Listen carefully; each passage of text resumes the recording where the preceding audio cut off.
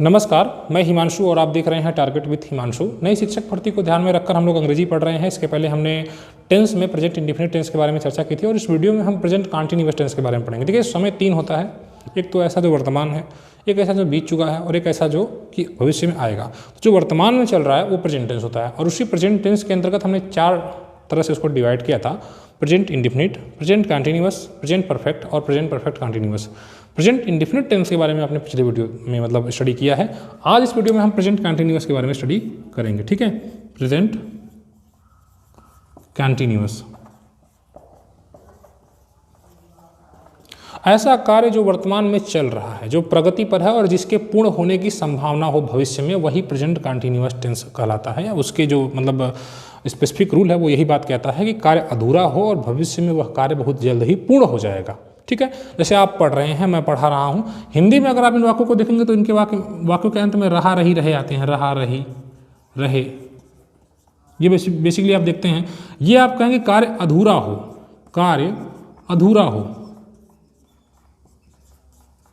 और जिसके पूर्ण होने की संभावना भविष्य में हो, जिसके पूर्ण होने की संभावना हो, जिसके पूर्ण होने जिसके पूर्ण, हाँ ऐसे लिख देते हैं, जिसके पूर्ण होने की संभावना हो, जो पूर्ण होगा, संभावना इसका वो तो होगा ही। ठीक है, तो वो जो बेसिक वो जो टेंस होता है आपका प्रेजेंट कंटीन्यूअस होता है। जैसे मैं पढ़ा रहा हूँ, आप पढ़ रहे हैं, चिड़िया उड़ रही है, कुत्ता भौंक रहा है, तमाम प्रकार के ऐसे जो वाक्य हैं जिनको आप देखते हैं जो कि अधूरे हैं। चूँकि अगर चिड़िया उड़ रही है, अगर उसके अधूरे उसके द्वारा जो कार्य किया जा रहा है वो अधूरा अगर नहीं होता तो चिड़िया उड़ती ही रहती। लेकिन ये तो तय है ना कि चिड़िया एक दिन उड़ने का काम पूर्ण कर लेगी और एक समय ऐसा आएगा जब वो बैठ जाएगी या उतर जाएगी ज़मीन पर। तो चिड़िया उड़ रही है, ये जो आप अपने दिमाग में सोच रहे हैं, ये आप देख रहे हैं कि चिड़िया के द्वारा उड़ने का काम जारी है। वर्तमान में उड़ रही थी नहीं, अगर वही थी हो जाएगा तो पास्ट हो जाएगा। जो कार्य वर्तमान में जारी हो उसको हम प्रेजेंट कंटीन्यूअस टेंस के अंतर्गत रखते हैं। ठीक है, जैसे मैंने यहाँ पर बात लिखी है, कार्य अधूरा है। ठीक है, जैसे मैं पढ़ा रहा हूँ, मेरे द्वारा अभी पढ़ाने का काम जारी है, अभी भविष्य में हो सकता है पूर्ण हो जाए, तो मैं पढ़ा रहा हूँ। ठीक है, तो ये आपका प्रेजेंट कंटीन्यूअस टेंस के अंतर्गत आता है।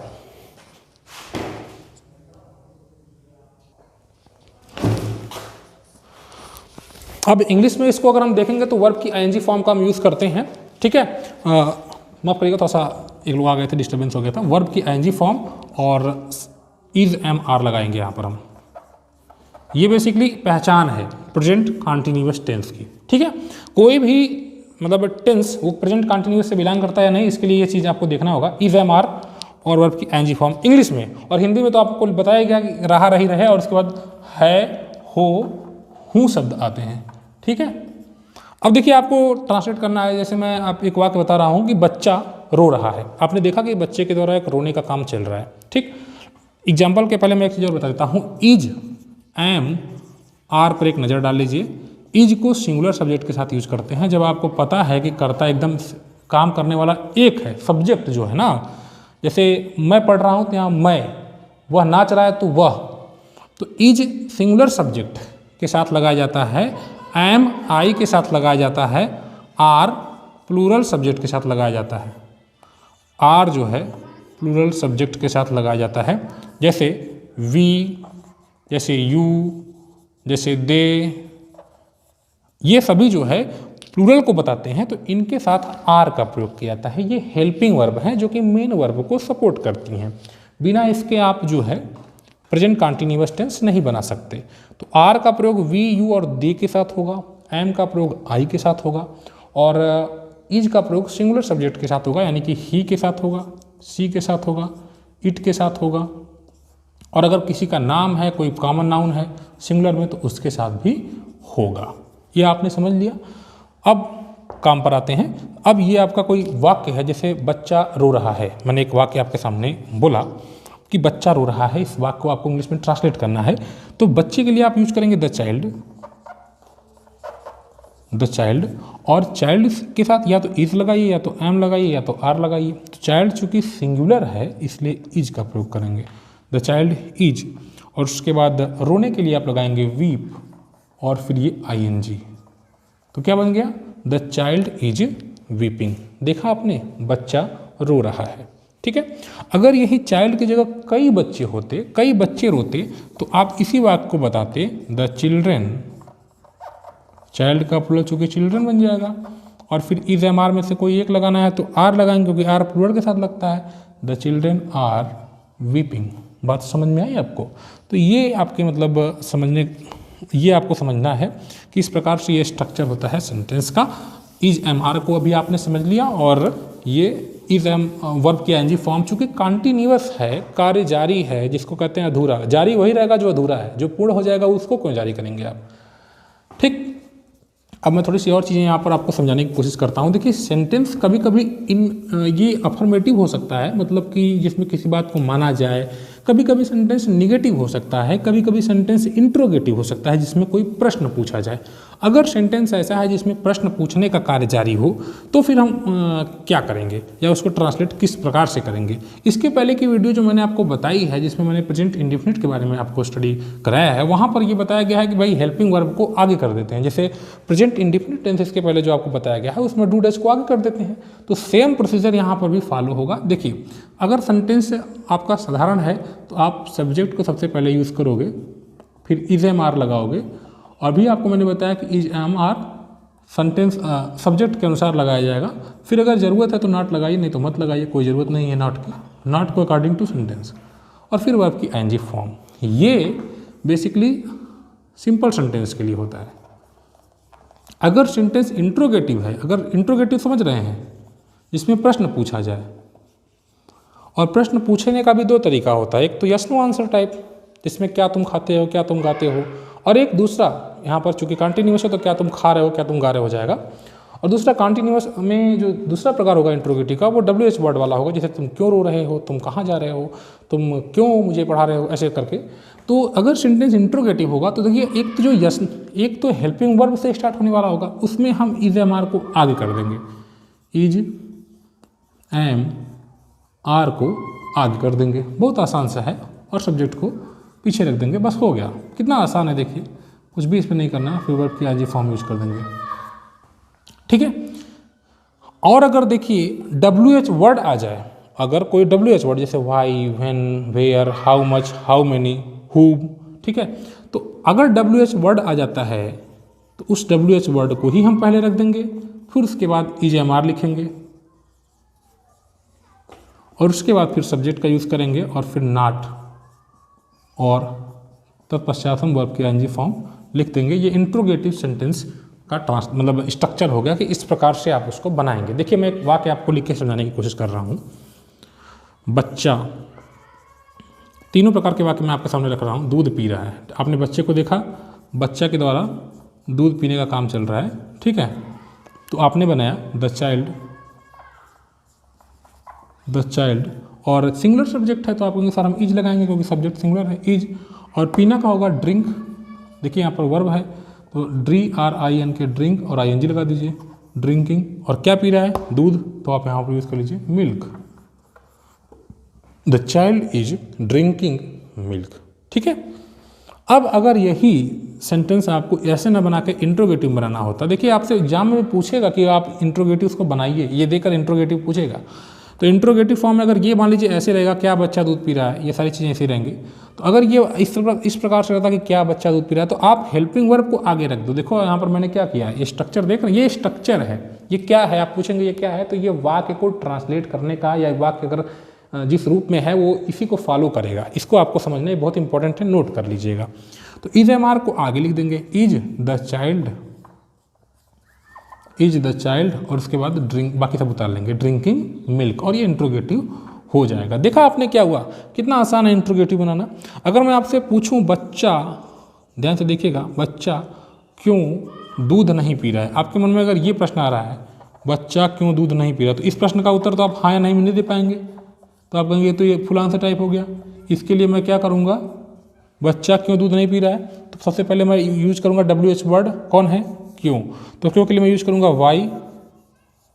वाई, उसके बाद इज एम आर में से कोई एक यूज करूँगा, तो ये तो सब्जेक्ट के अनुसार लगेगा, सब्जेक्ट यहाँ पर है, सब्जेक्ट कौन है, बच्चा, एक है, इसलिए मैं इज लगाऊंगा, वाई इज, और बच्चा के लिए the child, why is the child, और उसके बाद नॉट, यहाँ पर देखिए नॉट, चूंकि यहाँ पर नहीं शब्द आया है इसलिए नॉट को यूज़ करूँगा, और फिर पीना के लिए ड्रिंक लगा दूंगा, DRIN के ड्रिंक, और ING लगा दूंगा, और फिर मिल्क।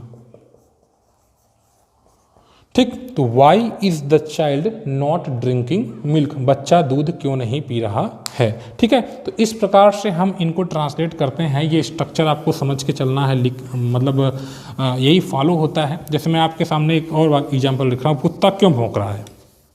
ठीक है, आपसे एक वाक्य पूछा गया, कुत्ता क्यों भौंक रहा है, मतलब आप सोच रहे हैं कि ये कंटिन्यूअस में है, कुत्ते के द्वारा आप जा रहे हैं, देख रहे हैं कुत्ता भौंक रहा है, और आपके मन में प्रश्न आ रहा है कुत्ता क्यों भौंक रहा है। अब इसको आपको इंग्लिश में कहना है तो कंटिन्यूअस आप जान गए, क्योंकि भौंकने का काम अभी चल रहा है। मैंने अभी बताया कि जब कार्य चल रहा है, और चूंकि क्यों है इसका WH वर्ड से स्टार्ट हो, मतलब आपको करना होगा, तो क्यों को सबसे पहले यूज़ करोगे वाई, सबसे पहले आप क्या यूज़ करोगे वाई। जैसे देखो कितना आसान है मजाक बनाना। और फिर इस एमआर में से कोई एक यूज़ करोगे तो कुत्ता एक ही है। अगर मान लीजिए 4 कुत्ते मिलकर भौंक रहे हैं और आप ये सोच रहे हैं कि कुत्ते क्यों भौंक रहे हैं, अगर 4 कुत्ते हैं तो आर लगाइए, YR। ठीक, और सब्जेक्ट कौन है, कुत्ते, कई कुत्ते हैं, YR द डॉग्स। और फिर नॉट तो ये जरूरत है नहीं, मैं तो ये सोच रहा हूँ कुत्ते क्यों भौंक रहे हैं, अभी चल रहा है काम, वर्ब ING, तो बार्किंग BARKING। ठीक है, तो YR द डॉग्स बार्किंग। देखा आपने कितना आसान है ये WH वर्ड का यूज़ करना और इंट्रोगेटिव सेंटेंस बनाना। ये इंट्रोगेटिव सेंटेंस हो गया, और कैसा हो गया, फुल आंसर टाइप हो गया। ठीक है, तुम मुझे बुला रहे हो, या कौन मुझे बुला रहा है। अगर कौन आ जाता है तो हु एक बड़ी, हु के साथ एक स्पेशल केस होता है कि हु को सिंगुलर सब्जेक्ट माना जाता है, सिंगुलर सब्जेक्ट, ये बात याद रखिएगा, हु को सिंगुलर सब्जेक्ट के रूप में इसके साथ व्यवहार किया जाता है। तो हु के साथ सिर्फ इज लगाया जाता है, एम या आर मत लगाइएगा, हु के साथ इज लगेगा। ठीक है, और हु चूंकि खुद एक सब्जेक्ट की जगह पर यूज होता है। देखिए हु का प्रयोग आप असल में कब करते हैं, जब आपको सब्जेक्ट का पता ना हो, तो यानी जब हु लगेगा तो सब्जेक्ट नहीं रहेगा वाक्य में। ये स्पेसिफिक बात आप समझ लीजिएगा। जब किसी वाक्य में आप हु का प्रयोग कर रहे हैं तो इसका मतलब सब्जेक्ट मिसिंग, सब्जेक्ट क्या है, गायब है। जैसे आप सो रहे हैं, किसी ने आपको मारा और आप उठ गए, किसने मुझे मारा। ठीक है, ये बात पास्ट की बात हो गई, किसने मुझे मारा, तो लेकिन आपको किसी ने मारा, आपको पता नहीं किसने मारा, लेकिन मारने का काम तो हो गया ना। तो मैं वही कह रहा हूँ कि कभी कभी हमको पता ही नहीं होता है कि सब्जेक्ट है कौन, और तब हम हु का यूज करते हैं। तो हु कब यूज करेंगे, जब सब्जेक्ट न पता हो, और हु को ही हम सब्जेक्ट के रूप में यूज करेंगे और उसके साथ सिंगुलर का व्यवहार करेंगे या इज का प्रयोग करेंगे। ठीक है, जैसे मैंने एक वाक्य पूछा आपसे, कौन तुम्हें बुला रहा है, तो हु ये इस तरह से बनाइए, हु इज, और वर्ब के ING फॉर्म, तो calling, who is calling you, कौन तुम्हें बुला रहा है। समझ में आई बात। तो हु के साथ स्पेसिफिक ये मतलब रूल फॉलो होता है कि वो सब्जेक्ट के बिना यूज होता है, विदाउट सब्जेक्ट होता है। हु जब लगेगा तो सब्जेक्ट नहीं लगेगा, है ना। कौन तुम्हें अंग्रेजी पढ़ा रहा है, पता नहीं, पढ़ाने वाला ही नहीं पता है, कौन पढ़ा रहा है, कोई पढ़ा रहा होगा, नहीं पता है, तो who is teaching you English. ठीक है, तो ये भी आपको समझ के चलना है। मैं 1-2 एग्जाम्पल और भी बता दे रहा हूँ ताकि आपका अगर अभी कंसेप्ट क्लियर ना हुआ हो तो हो जाए क्लियर। प्रेजेंट कंटिन्यूअस में आपने देख लिया क्या क्या लग रहा है, गहराई से आपने इसको समझ लिया होगा। जैसे बच्चों को बहुत एग्जाम्पल हो गया, कोई दूसरा मैं बोल रहा हूँ। पिताजी टीवी देख रहे हैं, ठीक है, मान लीजिए टीवी देख रहे हैं, ये वाक्य है, देखने का काम चल रहा है अभी, हो सकता है कुछ देर तक देखें अभी। तो पिताजी के लिए मैं यूज करूंगा द फादर, और subject singular is, the father is, और फिर वर्ब के ING फॉर्म, क्या कर रहे हैं, देखना, देखना वर्ब है ना। द फादर इज वॉचिंग, देखना वर्ब है वॉचिंग, और क्या देख रहे हैं, TV, the father is watching TV. बात सुन भाई।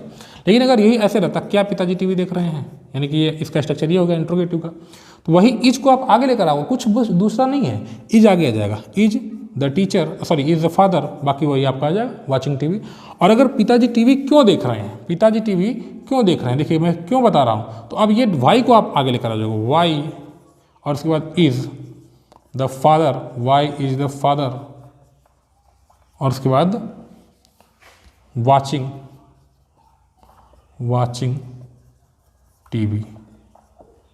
ठीक है, why is the father watching TV, पिताजी टीवी क्यों देख रहे हैं। तो ये प्रेजेंट कंटिन्यूअस का बेसिक जो मतलब मैंने आपको बताना था बता दिया है। ये वीडियो आपको कैसी लगी कमेंट अपने जो बहुमूल्य हैं वो जरूर किया करिएगा, और जो भी नए कैंडिडेट्स हैं जो नए शिक्षक भर्ती की तैयारी कर रहे हैं उन तक आप वीडियोज़ को शेयर किया करिए, ठीक है। कोई प्रॉब्लम होती है किसी चीज़ में तो आप पूछा करिए, कमेंट किया करिए, हम उसका रिप्लाई करेंगे। तो आपसे यही उम्मीद है कि आप वीडियोज़ को जो मैं आपको लगातार मतलब प्रोवाइड कर रहा हूँ, लगभग 14 वीडियो इस पर रिलीज की गई हैं और उसका प्लेलिस्ट भी बना दिया गया है। वीडियो के नीचे, इसी वीडियो के नीचे भी आपको प्लेलिस्ट का लिंक मिल जाएगा। अगर आपने शुरुआत से वीडियोज़ को नहीं देखा है तो आप देखिए, आपको लाभ जरूर मिलेगा, और जिस तरह से किताबों में लिखा है उससे बिल्कुल अलग मिलेगा ये नोट। आप नोट बनाइए, बहुत ही सेलेक्टिव पॉइंट्स में आपको कवर करा रहा हूँ और यहीं से आपके एग्जाम में क्वेश्चन आएंगे। और अभी तक मैंने जितना पढ़ाया है उसी से आप कम से कम 7-8 क्वेश्चन किसी भी सेट का उठा लीजिए, यूपी टेट का मिल जाएगा, ये मेरी गारंटी है। तो आप देखिए, और जब तक मैं कोर्स कवर करूँगा पूरे के पूरे 30 में से लगभग मेरी गारंटी है कि 28-27 क्वेश्चन आप मतलब जरूर नंबर पाएंगे। इतने बस मतलब कि सिलेक्टिव क्वेश्चंस हम पढ़ रहे हैं और बहुत अच्छे से चीज़ों को कवर कर रहे हैं, ठीक है। तो आपसे ये उम्मीद है कि आप वीडियो को थोड़ा सा लोगों तक शेयर करिए ताकि नए कैंडिडेट्स जो भी हैं वो जुड़ें, ठीक है। तो मिलते हैं फिर अगले प्रेजेंट परफेक्ट के साथ अगले वीडियो में, तब तक के लिए गुड बाय।